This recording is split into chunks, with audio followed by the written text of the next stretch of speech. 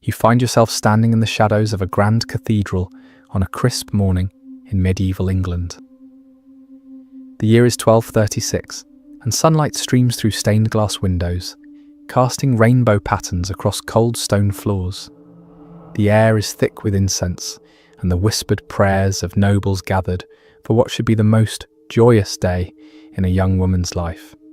But if you look closely at the bride standing before the altar, you'll notice something that chills you to the bone.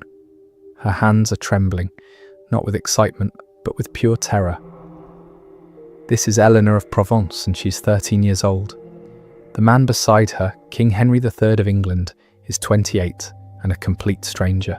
She has never spoken to him before today, has never seen his face until this very moment when he lifts her veil. Her childhood ended the moment her father signed the marriage contract, and now she stands here knowing that in a few hours she will face something that fills her with more dread than any battlefield or plague: her wedding night. This isn't the sanitized fairy tale of Disney movies or romantic period dramas. This is the brutal reality of medieval royal marriage, where 13-year-old girls were sold like cattle to men old enough to be their fathers, where the most intimate moments of a woman's life became public spectacles, and where wedding nights weren't celebrations of love, but traumatic initiation rituals that could literally kill you. Welcome to the true story of why medieval queens feared their wedding nights more than death itself. These aren't just tales of nervous brides getting cold feet. These are stories of systematic terror, of children forced into adult situations they couldn't comprehend, of young women who understood that their wedding night might be the last night they ever felt safe. Before diving into these forgotten stories of survival and suffering, if you enjoy learning about the hidden truths of history, consider hitting that like button and subscribing for more content like this. And please comment below to let me know where you're listening from. I find it incredible that we're exploring these ancient stories together from different parts of the world, connected across time and space by our shared curiosity about the past. The first thing you need to understand about medieval royal marriages is that they had absolutely nothing to do with love. These weren't romantic unions between willing partners who had chosen each other. They were business transactions, political alliances, and breeding arrangements where the bride's feelings were not just irrelevant but actively dangerous to the families involved. Picture this reality. You're a noble daughter, perhaps 10 or 11 years old, playing with your dolls or learning to embroider when your father summons you to his chambers. He doesn't ask for your opinion or seek your consent. He simply informs you that you've been promised to a man you've never met in a country you've never seen, for reasons you're too young to understand. Your childhood is officially over, and there's nothing you can do about it. Margaret Beaufort learned this lesson at the age of 6 when she was betrothed to John de la Pole, son of the Duke of Suffolk. By the time she was 9, political circumstances had changed, and she was promised to Edmund Tudor instead. She had no say in either arrangement. Her value wasn't measured in her intelligence, her kindness, or her dreams for the future. Her value was measured in the land she would inherit, the alliances her marriage could secure, and most importantly, the children she could produce. The psychological impact of this system cannot be overstated. These girls grew up knowing that their bodies didn't belong to them, that their futures were being decided by men in distant castles, and that someday they would be handed over to a complete stranger who would have absolute power over their lives. They lived in constant anxiety, never knowing when the summons would come, never knowing what kind of man they would be forced to marry. But the arranged marriage was just the beginning of the nightmare. The real horror started with something called the bedding ceremony, a medieval tradition so invasive and traumatic that it would be considered torture by modern standards. This wasn't a private moment between newlyweds. This was a public spectacle where the most intimate act of marriage became community entertainment. Here's how it worked.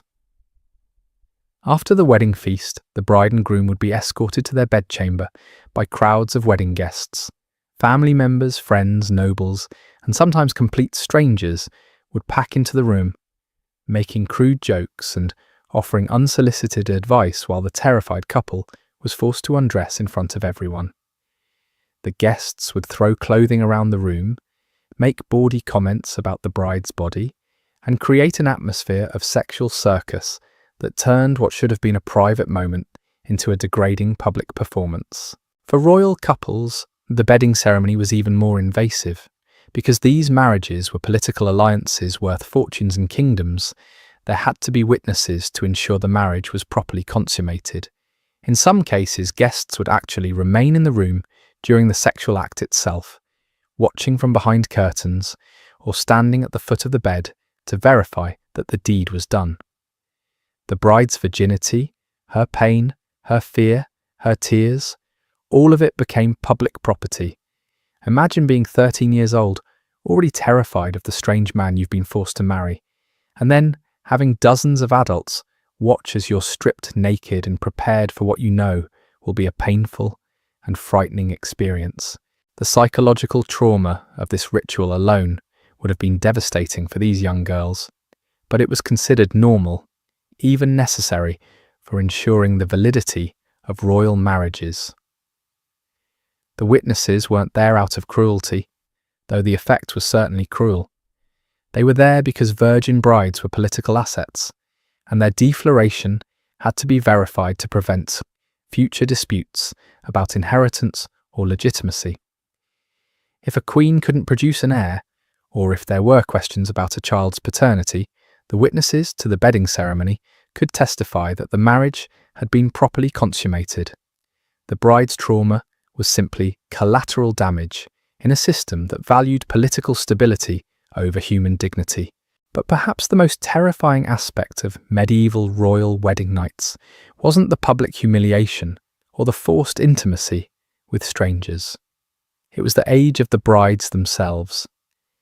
These weren't mature women making informed decisions about their sexuality. These were children, some as young as 8 or 9 years old, being thrust into adult situations they couldn't possibly understand or consent to. The youngest queen in English history was Isabella de Valois, who was married to King Richard II when she was only 8 years old.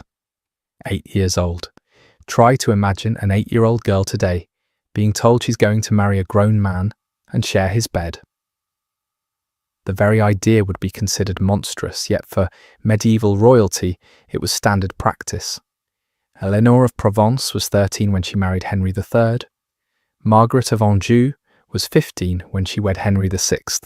Anne of Bohemia was also 15 when she became Richard II's first wife. These weren't exceptional cases, they were the norm. The political value of these girls was so high that families couldn't afford to wait until they were emotionally or physically ready for marriage. The medical reality makes this even more horrifying. In medieval times, girls typically reached menarche around age 16, not the 12 or 13 we see today.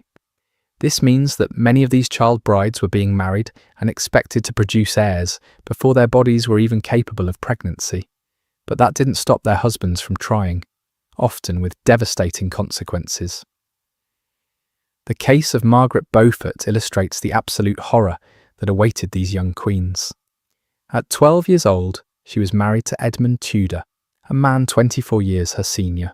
The custom was supposed to be that child brides would wait until physical maturity before consummating their marriages, but Edmund couldn't wait.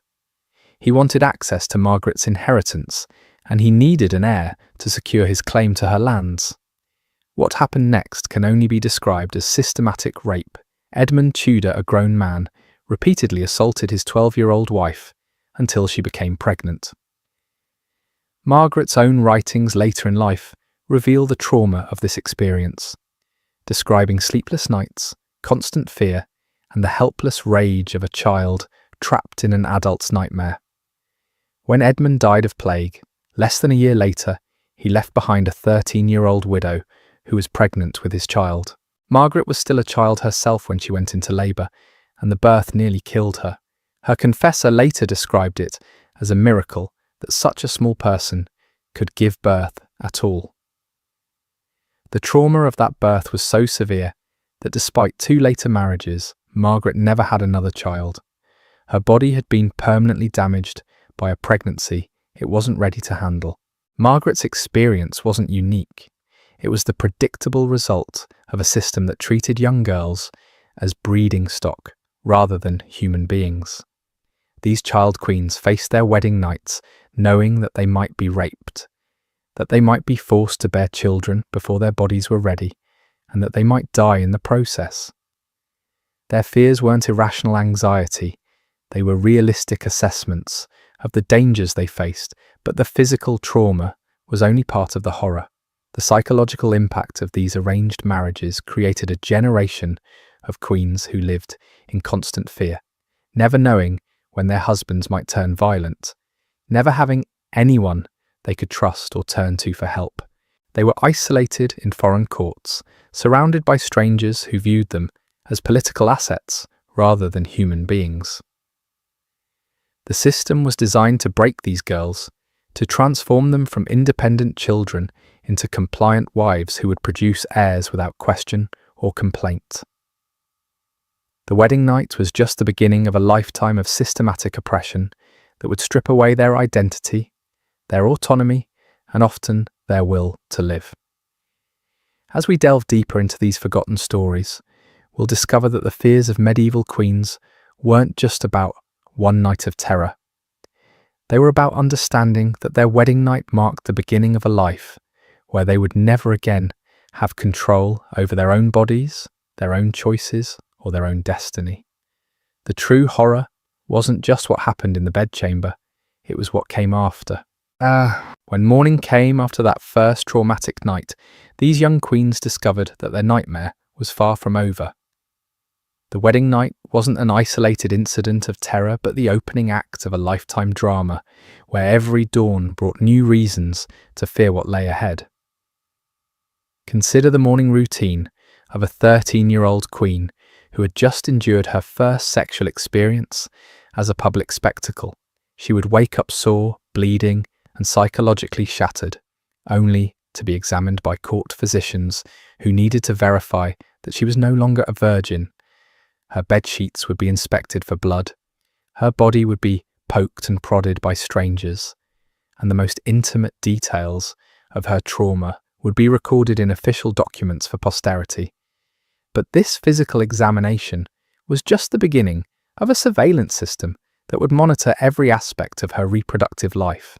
Medieval queens weren't just wives, they were walking wombs whose primary value lay in their ability to produce male heirs. Every month, court officials would track their menstrual cycles. Every meal would be monitored for signs of pregnancy. Every moment of privacy would be invaded by servants whose job was to report on the queen's fertility. The pressure to conceive immediately was crushing. A queen who failed to become pregnant within the first year of marriage faced whispered accusations of barrenness, divine punishment, or worse, infidelity.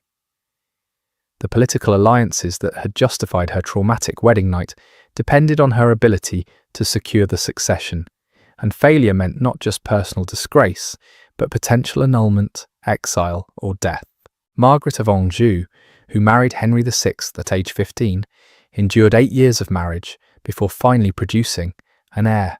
8 years of monthly disappointment, of court physicians examining her body, of whispered speculation about whether she was cursed or defective. When she finally did give birth to Edward of Westminster, the relief was so intense that she reportedly wept for hours, not from joy but from the overwhelming realization that she had finally fulfilled the purpose for which she had been sold. The medical reality of medieval pregnancy made these fears even more rational. Without modern medical knowledge or sanitary conditions, childbirth was essentially a death sentence that some women happened to survive. The mortality rate for women in childbirth was staggering, and royal physicians were often more concerned with saving the baby than the mother. A queen's life was valuable only insofar as she could produce heirs. Once she had fulfilled that function, her survival became secondary to the child's. Eleanor of Provence, who had trembled at her wedding altar, gave birth to her first child at 16. The labour lasted 3 days and she nearly died from blood loss, but within months she was pregnant again, because the political necessity of producing multiple heirs outweighed any concern for her physical recovery. She would eventually bear 5 children, each birth a potential death sentence that she faced with the stoic resignation of someone who understood that her life was never really her own. The psychological toll of this reproductive servitude cannot be overstated. These young queens lived in constant fear of pregnancy, knowing that each conception might be their last. They developed elaborate superstitions around fertility, praying to saints for protection, carrying amulets to prevent miscarriage, and submitting to bizarre medical treatments that often did more harm than good. Some queens tried to take control of their reproductive lives through primitive forms of birth control or pregnancy prevention, but these attempts were considered treasonous. A queen who actively prevented pregnancy was essentially committing treason against the crown and the political alliances that depended on her fertility. The penalties for such actions ranged from imprisonment to execution, depending on the political climate and the king's temperament. But perhaps the most crushing aspect of their situation was the complete isolation they faced. These young queens were typically sent to foreign courts, where they knew no one, spoke different languages, and had no allies or protectors. They were cut off from their families, their childhood friends, and anyone who might have offered emotional support during their traumatic transition to married life. The language barrier alone created additional layers of terror. Imagine being 13 years old, already traumatized by your wedding night, and then discovering that you can't communicate with anyone around you. You can't express your fears, ask for help, or even understand what's expected of you. The servants speak a foreign tongue, the customs are alien, and the man who now controls your life is essentially a stranger who might as well be from another planet. Isabella de Valois, the 8-year-old queen, was sent from France to England without any of her childhood companions. She was surrounded by English courtiers who viewed her as a political curiosity rather than a frightened child. When she tried to maintain French customs or speak her native language, she was scolded and forced to adapt to English ways. Her identity, her culture, her very sense of self was systematically stripped away and replaced with whatever the English court deemed appropriate for their queen. The correspondence that survives from these medieval queens reveals the depths of their despair. They write of homesickness, so intense it made them physically ill, of nightmares that left them afraid to sleep, of a constant sense of being watched and judged by people who cared nothing for their well-being. Their letters home are filled with coded pleas for rescue, desperate requests for familiar faces, and barely concealed expressions of regret about the marriages that had destroyed their lives. As these young queens matured, many developed what we might now recognize as severe mental health issues. They became withdrawn, paranoid, and deeply suspicious of everyone around them. Some turned to religious extremism, spending hours in prayer or pursuing dangerous pilgrimages as a form of psychological escape. Others became controlling and manipulative, using whatever small power they possessed to make life difficult for their tormentors. The most tragic cases were those queens who simply gave up entirely. Court records describe queens who stopped eating, who refused to speak, who sat motionless for hours, staring at nothing. These weren't dramatic gestures or attention-seeking behaviours. These were the psychological breaks of young women who had endured more trauma than their minds could process. The wedding night fears of medieval queens weren't just about one night of terror. They were about understanding that their wedding night marked the beginning of a life where they would never again have control over their own bodies, their own choices, or their own destiny. They feared their wedding nights because they intuitively understood that everything that made them human, everything that made them individuals, would be systematically destroyed in service to political alliances they had no part in creating. These forgotten queens faced their wedding nights with the courage of soldiers going into battle, knowing that they might not survive the experience, knowing that even if they did survive, they would never again be the same person who'd walked down that aisle. Their fears were not the nervous excitement of modern brides, but the rational terror of children who understood that they were about to be sacrificed on the altar of political necessity. The next time you see a medieval wedding portrayed in movies or television, remember Eleanor of Provence trembling at her altar. Remember Margaret Beaufort's traumatic childbirth. Remember Isabella de Valois crying for her mother in a language no one around her could understand. Remember that behind every crown was a frightened child who had been sold into a system that valued her only for what her body could produce. These queens deserve to be remembered not just as political figures or historical footnotes, but as human beings who endured unimaginable trauma with a strength that should inspire us all. Their wedding night fears were entirely justified, and their courage in facing those fears reminds us that even in the darkest chapters of human history, the human spirit finds ways to endure.